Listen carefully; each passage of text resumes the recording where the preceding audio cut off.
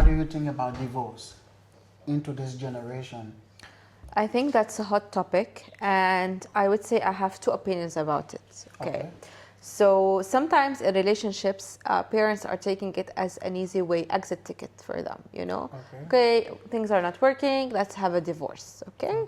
And they move forward, and each one of them has prepared already for their life. And then you have the other type of people who maybe both they've tried everything to make it work, or maybe one person has literally tried every single thing on planet Earth, and that situation made them so angry, so upset, and so on, and finally they got the chance to choose themselves.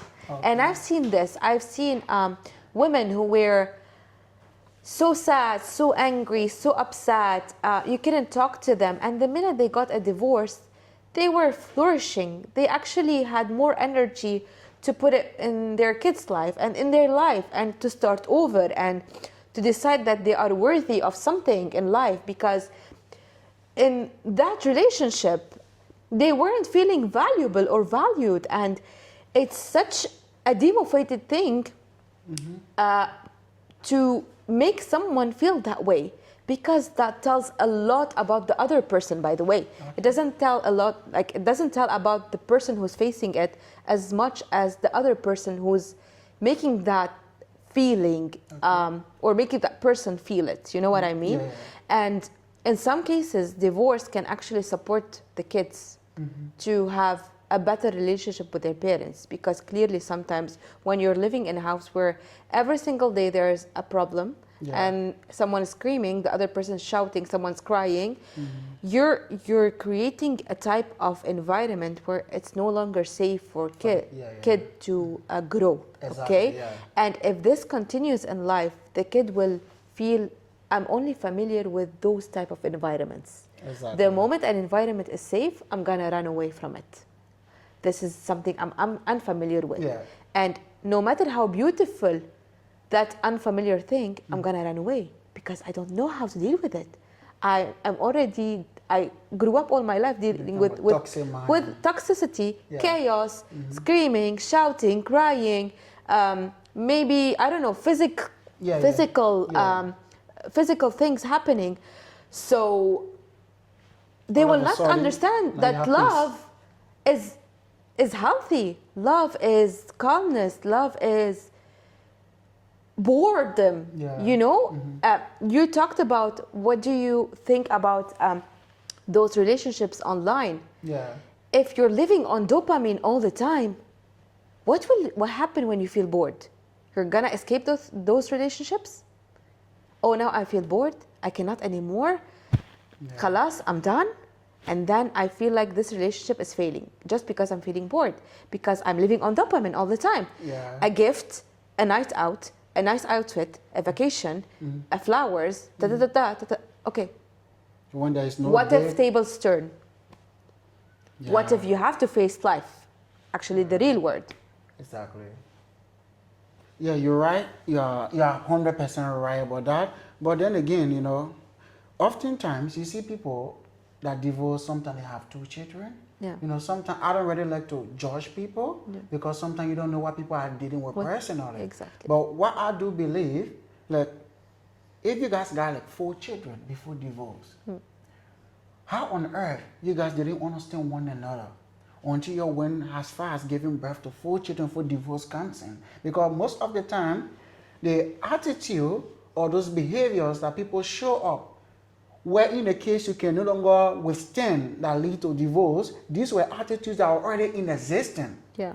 But sometimes we just play, we just ignore all of these things, we just play them down, hoping, for instance, you're in a relationship with somebody, and they're showing you some toxic behavior, you know, it's kind of like a controlling behavior. Like what the fiancé was telling me, say, no matter how you love him or how much you submit to him, he should also give you time to go out with the girls.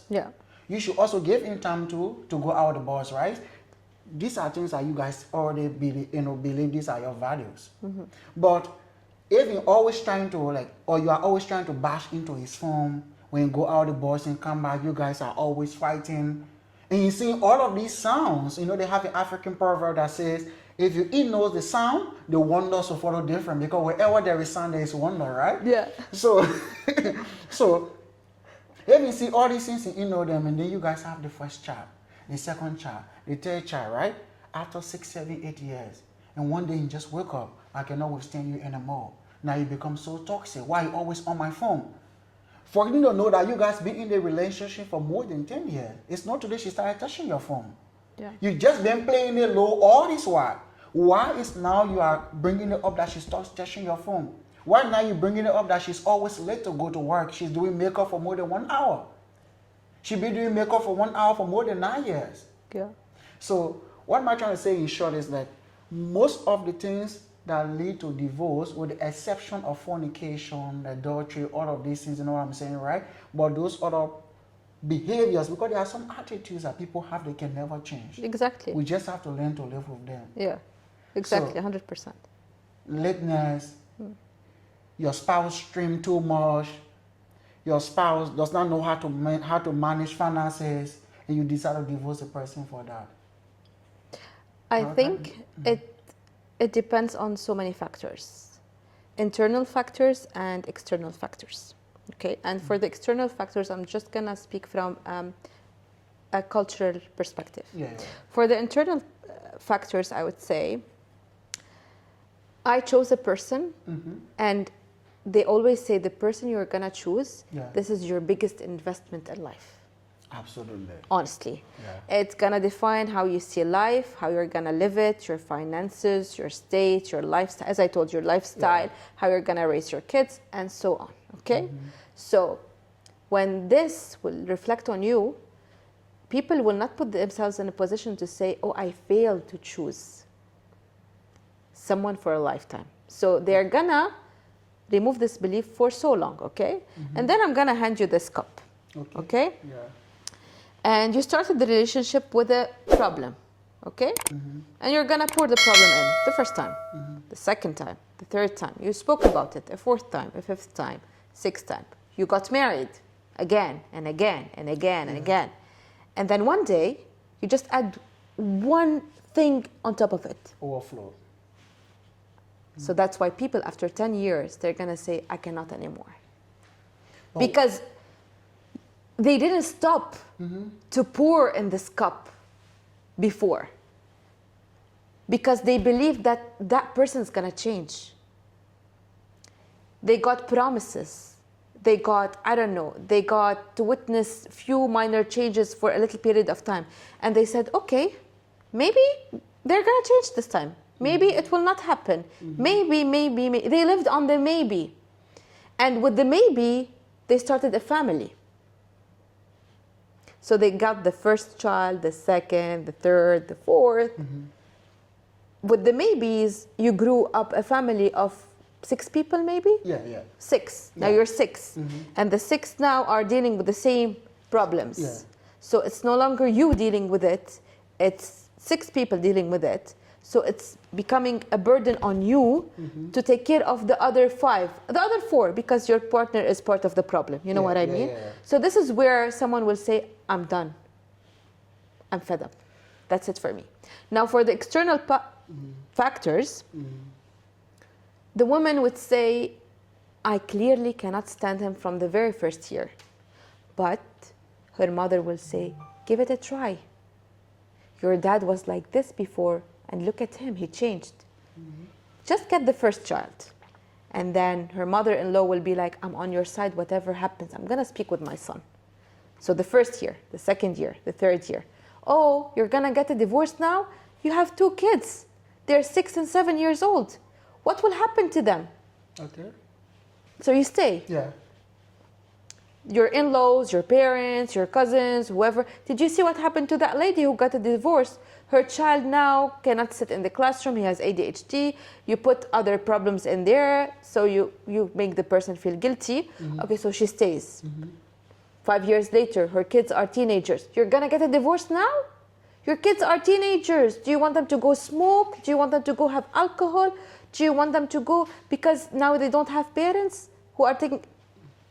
So she'll get a divorce when they are getting married, maybe. or maybe never in her life, and she's gonna be a sad person, unhappy, and her kids are gonna witness this.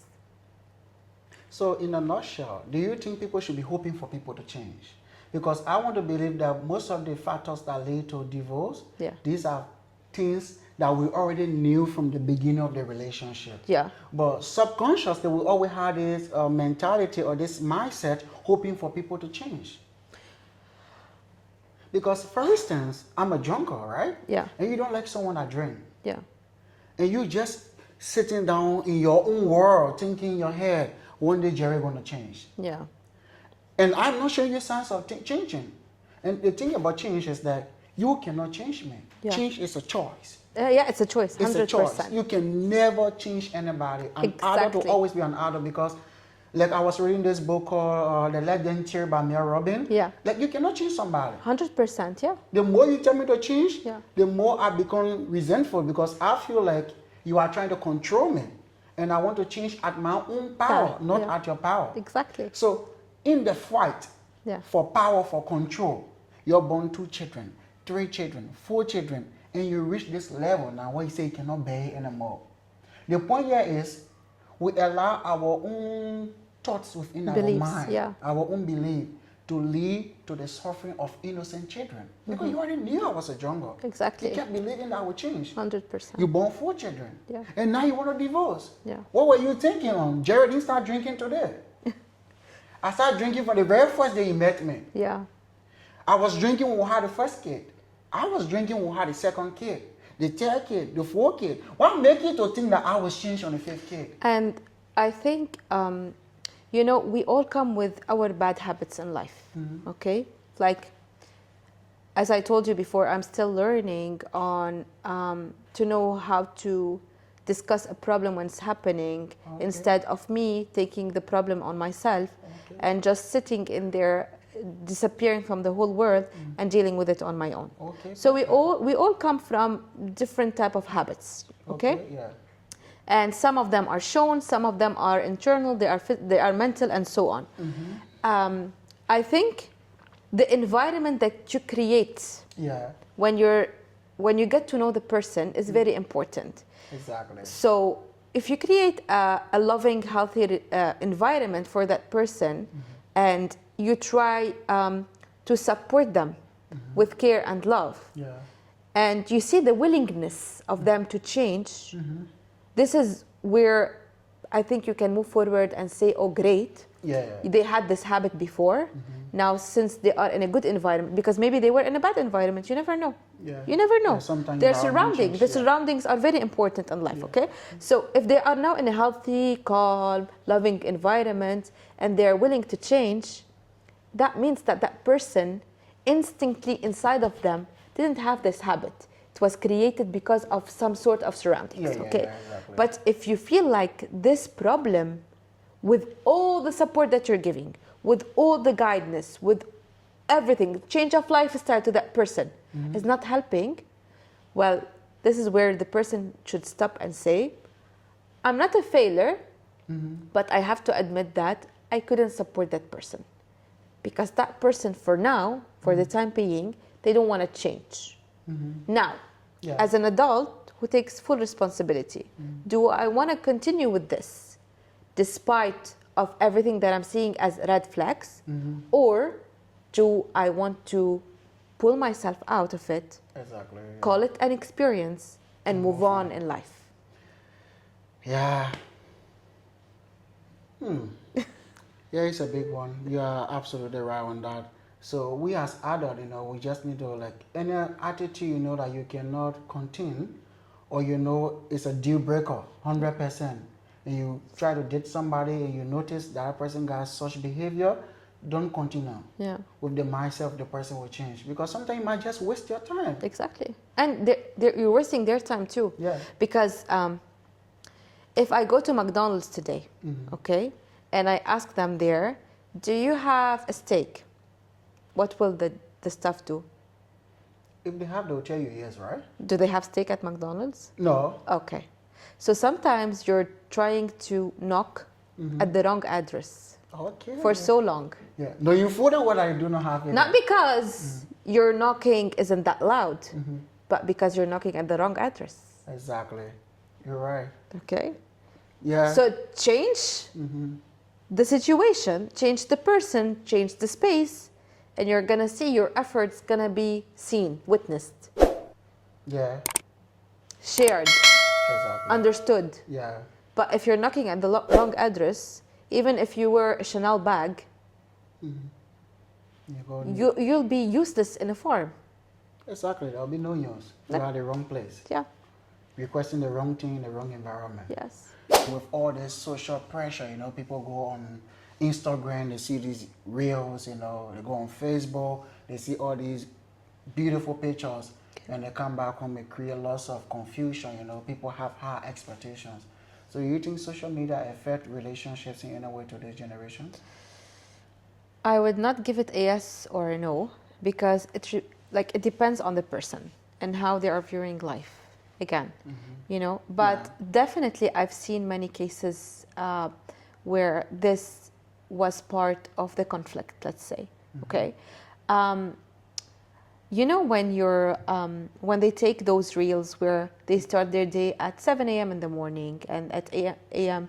she has Pilates, she drops the kids, she comes back for breakfast, she's roaming around the house, she's picking those flowers, she's coming back home, she's cooking, she's picking up the kids again, and so on and so on and so on.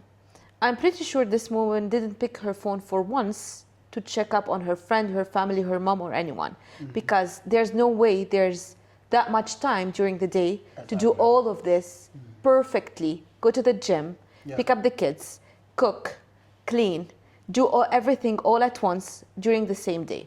Okay. Unless you're starting your day at 3 a.m. in the morning, and even though it's going to be hectic for you to do it every single day on the long run. Exactly. So yes, you might have those perfect days where your relationship is amazing, where you're going out, your fiance is bringing you a bouquet of flowers, like 1,000 roses maybe, because there was an occasion, because it's your engagement, he's doing a proposal, he made sure everything is perfect during that time. But is it every single day happening? Do we know what's happening behind the scenes? No, never. Maybe, I don't know, maybe they're doing it for the public. Sometimes they have hidden agendas. We've seen people spending hundreds and billions and millions on their weddings, and 3-4 months later, they get a divorce. Sometimes 3 weeks, sometimes even a month. Yeah, you're right. So are we comparing based on the materialistic things? Are we this down as human beings? I got you. I don't understand, you know? Where are the values? Exactly. So it still comes down to values. Where are the values? But I think social media have increased people's expectations. For instance, like I was telling you the other day, right? When I messaged you the first time, I said, oh, I would like to have you. I want to do an interview with you because you travel a lot. I'm pretty sure you have lots of experience. So somebody just go on your page, maybe your Instagram, and they see all these beautiful pictures. Yes. All these countries you travel to, and then they just come to conclusion like, yes, indeed, you have your life all figured out. Exactly. Or if to say you have money parking in your house. Yeah. But they don't know the process you pass through to arrange that vacation. Definitely, 100%. The discipline, the amount of hours you put in every week to work. Exactly. And like I would say that all the time. Yes, I have a very decent life. I work so hard for it. I love to try new things. I love to go and get whatever I want because I can, you know. But I would never say, oh, I want what that person has. Because if I'm gonna be in this mindset, I will never be satisfied.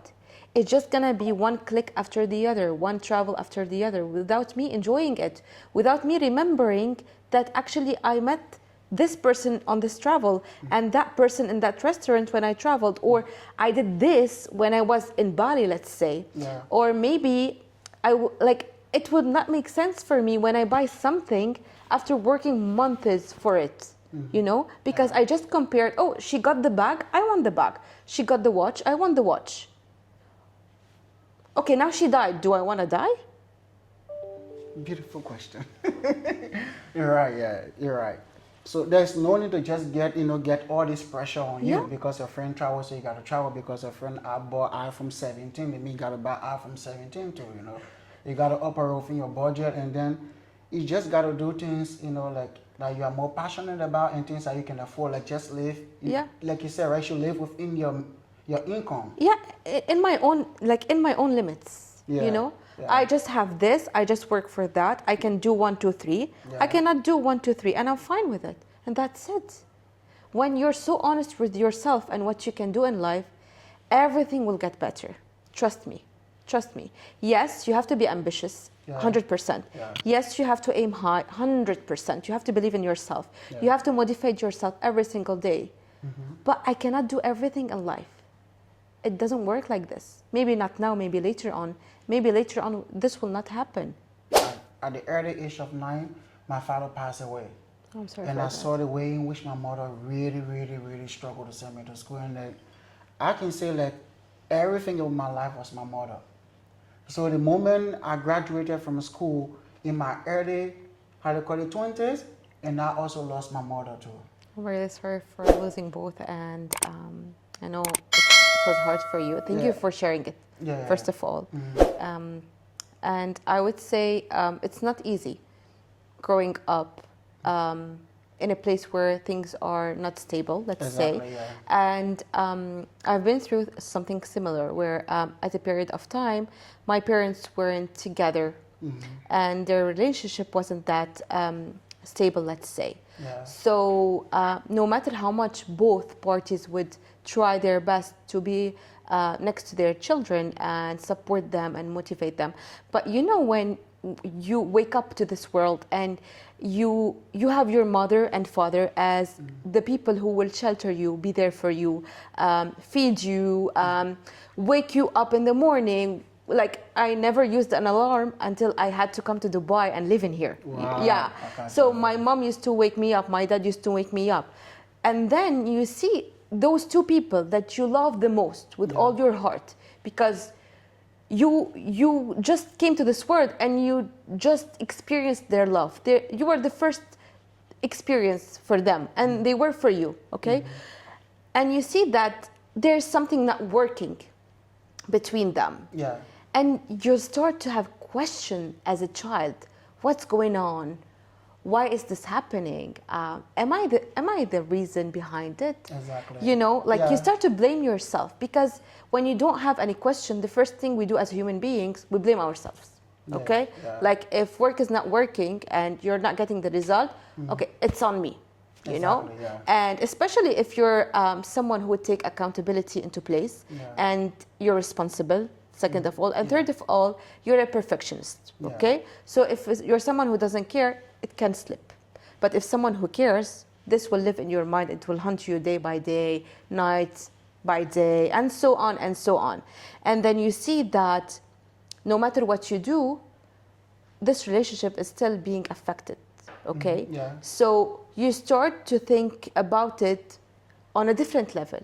Will this happen to me? What if this happened to me? How will my kids think about it? How will they feel? Yeah.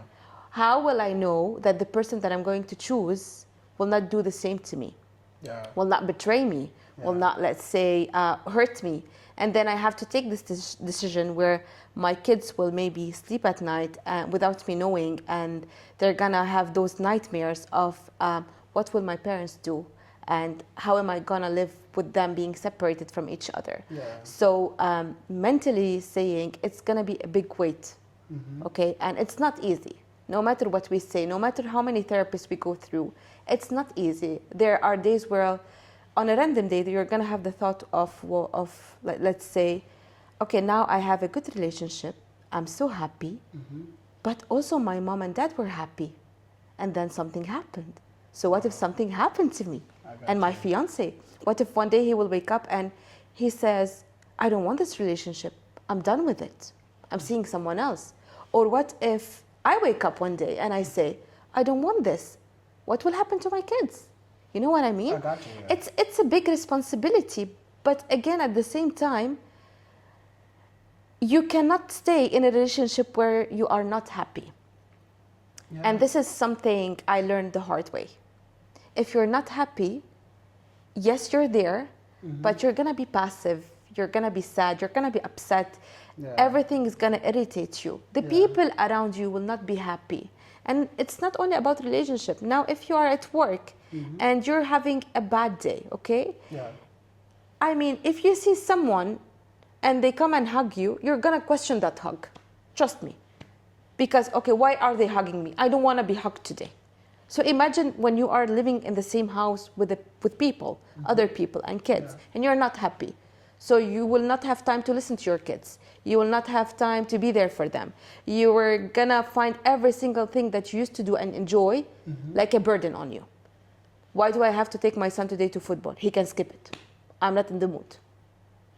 Like you see a kid at the age of 12, 13, and then you talk to this kid, and this kid is replying to you as if you guys are crying, you know? Yeah. And you're wondering, why are you talking to me like this? You are just 12, and I'm already 35, 36. So even if I'm not your father, you know, there should be that respect. So, but as I read and I get to understand the reason sometimes we see children behave certain ways, it's a direct reflection of their parents, because the way they see their parents treating other people, that's how they also try to treat people. I will just give an example. I think 2 months ago, I went to the football pitch. We were playing, and this little boy, like 9 years, he never, you know, had on boot, nothing. He came to play, and then he put on shower slippers. So he was running on the pitch. Then I told him, no, you don't play with slippers. It's not safe. You know what he told me? Yeah. Are you my father to advise me? I was like, what? I would say kids nowadays are very vocal. And it's also part because of the parents. They are teaching them those skills. I'm not going to say early, because those skills need to be built on. Yeah. You know, you get kids into life and you start to show them how they need to behave, what skills they need to have. Exactly, yeah. They go to school to learn and so on and so on. So everything is being taught based on reflection, let's say, of other people's choices, of other people's actions, and so on. Yeah. And I do believe that modern parenting is being taken to another level, you know? Yeah. Like, they're raising kids in a way where, yes, they're giving them a choice and a voice, and this whole placement thing, like you exist, you have the right to say, you have the right to choose, and so on. But the kids are taking it to another level, because when the parents are doing this, they are not putting limits, they are not putting boundaries to it. But as adults, even when we have a choice and a voice, we have limits and boundaries. Yes, sometimes I have a choice during a meeting, but I cannot tell my boss, you cannot do this. You know, Yeah. I would give my opinion, but I would respect the fact that the last thing or the last decision is for my boss. Exactly. Okay, so the kids are thinking that maybe we can do this all the time with all the people, because my mom told me I can do anything, I can choose anything. No one has the right to talk to me. Yeah, but there are other parents too. For instance, I just give this last example. You know, I work in the security industry, right? So there was a time, and then by then I used to like direct traffic and what have you. So I was working, and then there was this kid. This kid did something. I think they came in the morning, and the kid never spoke to me. Okay. You know what the parent did? The kid went like 20 steps ahead. The father stood behind, called the kid right back. Come here. Yeah. Say, speak to Mr. Jerry. This is called redirection in Then life. you know what the kid, when he said, say, why am I speaking to Mr. Jerry? Say, if I'm not here, he's the one that look after you. He doesn't have to be your father. Yeah. Whether he's a security, he's a janitor, whenever you see anybody in the morning, the first thing you do is say, good morning, sir. Yeah. If the person is a female, good morning, madam. Yeah. And that boss said that he left. Since that day, all the years I work at that identical place, whenever that kid come in the morning, if I'm not paying attention, you will know that, good morning, sir. Yeah. Good morning, sir. So what I'm saying, what we put in our children is the same thing that we do out there. Our children's behavior is a direct reflection of who we are as parents. Yeah, 100%. I would agree. And that's called, as I said, redirection. Yeah, okay. yeah. Now you're driving on the Sheikh Zayed Road. Yeah. Okay. And you missed an exit, let's say. What would the map do? it would redirect you Yeah. to go to your destination, right? So when you want to teach a kid something, Yeah. okay, a skill, the first time they didn't get it, you choose another road for them to get it, a third one, a fourth one, and so fifth one, so on. You redirect to reach where you want to reach. Yeah. But parents these days, I guess, at some point, because they are holding lots of responsibilities, and the world where we live is so fast. Exactly. They are trying to let go sometimes, you know. And this is part of the things that I think we should try to look into, Yeah. because those kids will not survive Yeah. in the environments that they're gonna grow in. Trust me on this. Once more, guys, show us love by hitting the subscribe button. Leave your comment down below. Let us know what do you think of this conversation. And also let me know if you would like to see her again on this channel, or if you would like to see her spouse. He's very supportive. He's right behind the camera here giving us some tips on how to go about with this interview. So this is my last question. What advice will you give to someone dating a highly independent partner? Like I have one of my boss, you know the person, I'm not going to call their name. This person is very, very hard working. The person come to work 8 o'clock in the morning and sometimes they go home 12 o'clock in the night. Yeah. Very hard working person. Yeah. You know this person. Yeah, I know. You know the person, Yeah. right? Super hard working. So what advice will you give to somebody dating such a person? Highly independent person. Mostly a highly independent female. First of all, you need to understand that person, you know, like understand the way they think, because you cannot, like, it's not normal to see hardworking people always. Yes, people have jobs, but not everyone is hardworking. Not everyone is ambitious. Some people just go to their job because they want to get paid at the end of the month and so on. But when you're seeing someone who's hardworking, those people have some limits and boundaries that they will not cross, and you don't have to cross at the same time, you know, like trust, honesty, being sharp, good communication, being ambitious, being on time, those small things, you know what I mean? Being organized, okay? Doing what you say you're gonna do, okay? It's not a relationship for the week, I would say. Continuously. Yeah, continuously. It's not, because it's gonna drain your partner if they don't understand what type of person you are. You know what I mean? And it's gonna be hard on you to always communicate what are your expectations. So I know those type of people would be also at the same time doing those things alone. So if they need to communicate their expectations all the time, they will be like, okay, I did the first time, the second time, the third time. Now this time I'm not going to communicate my expectations. I'm going to do it on my own. And it will be a trap to let someone do things on their own when they are in a relationship. You know why? Because you're teaching them again how to be independent and living on their own without you. Wow. Okay. That's a road to divorce. 100%. And you don't have to be there when it comes to finances as much as you have to be there for emotional support, mental support, not making them think that, or like giving them those thoughts that maybe they need to think, okay, where are you right now? What are you doing right now? Okay, like filling your mind with ask those. you. Yes. Just be transparent. Transparent. Okay, like not only transparent. Being transparent is something that is bare minimum. Okay, I would say you have to be authentic. Okay, because when you're transparent is when I come to you and I ask you, and you give me an answer. Okay, being authentic is you coming to me and telling me without me asking you. Exactly. I think that's what is more needed. Okay. So I don't have to always come and project my thoughts to ease myself out to answer, to have your answer, as much as you need to know that I need to give that person reassurance without them asking me. Exactly. I think that is important, and I think that is one thing most relationships nowadays lack. People are always waiting to be asked before they can answer. Meanwhile, they know that they should be telling their partner. So if I, for instance, if I went to work, Basic things, I would yeah, say. yeah, basic things, right? Yeah. So if I went to work and then Like, tell me before I find out. yeah. So if you found out, it means I'm trying to hide something. Because if you were not going to find out and ask me, I wasn't going to tell you. Yeah. So in short, that alone can start leading to something like it can start killing trust. Yeah. Yeah, exactly. And you're gonna think to yourself, okay, why is this person not trusting me and not telling me? So there's always like there's something wrong with me too.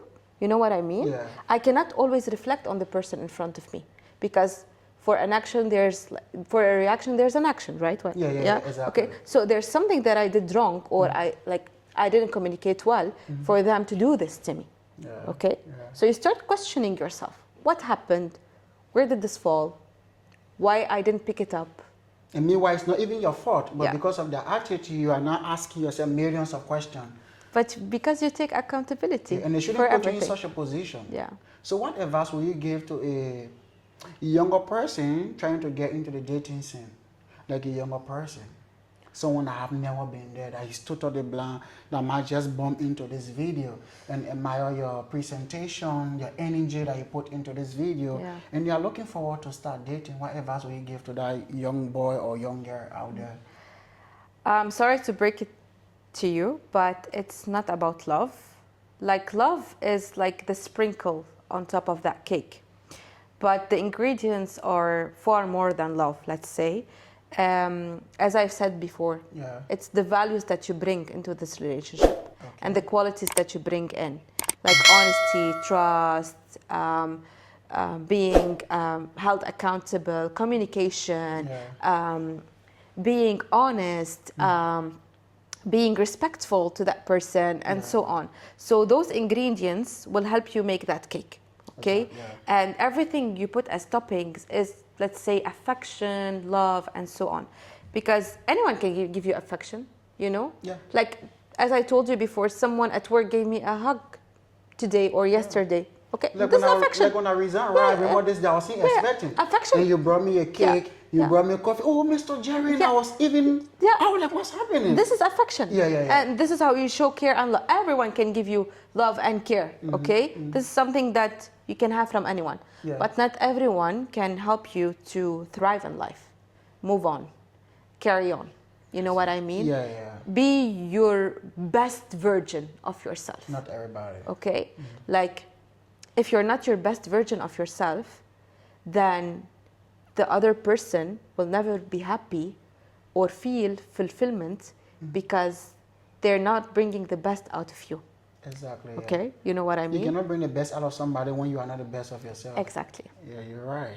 Okay? And if you're gonna support your partner in life, you have to be a good example of what can work in life, you know? Sure. Like, I cannot be someone who doesn't know how to do things, doesn't communicate well, is not organized, not taking care of myself, of my health, and so on, and expect my partner to see me as a valuable person. No way.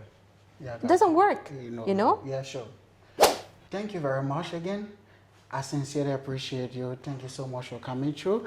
Guys, this brings us to the conclusion of this podcast or interview or conversation, whatever way you call it. You know, we're going to divide this into like 3 or 4 videos because it's pretty long. And she said lots of incredible things that you're going to benefit from that you can use in different aspects of your life. So make sure to subscribe to the YouTube channel, and I'm going to leave her Instagram handle in the description of this video. You can find her on Instagram and give her a follow, you know, just let her know that you came from Realbig.J YouTube channel and that of Instagram. So guys, thank you once more. Have an amazing time. See you in my next or in our next episode. Which Sure, one? definitely. Thank you so much, Jerry. And guys, again, thank you very much to our fiancé. Like I said, right, he supported us a lot in this journey. That was one thing I was very big on, and I was asking her, will he allow us to do this video?